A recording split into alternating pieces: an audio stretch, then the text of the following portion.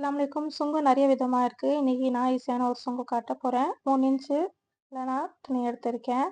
இந்த மாரி துணி மடிச்சு போட்டு இந்த ஓரத்துல இப்படி ரவுண்ட் ஷேப்ல கட் பண்ணியிருக்கேன். இந்த மாரி நாட் மெலிசா தேச்சு வச்சிருக்கேன். நம்ம கட் பண்ண இந்த துணிய உள் பக்கமா இப்படி தேச்சு மேல ஒரு ஓர தையல் அடிச்சிருக்கேன். இப்போ நாட்ல வச்சு நம்ம எப்பவும் போல அட்டாச் பண்ணிக்கலாம்.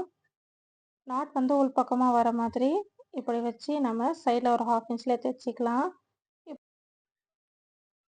பாருங்க நமக்கு ரொம்ப பெருசா வேணாம். இந்த மாரி குட்டியா இருந்தா போதும்னா, இந்த மாரி நீங்க சுங்கு ட்ரை பண்ணி பாருங்க. ரொம்ப ஈஸியாவும் இருக்கும்.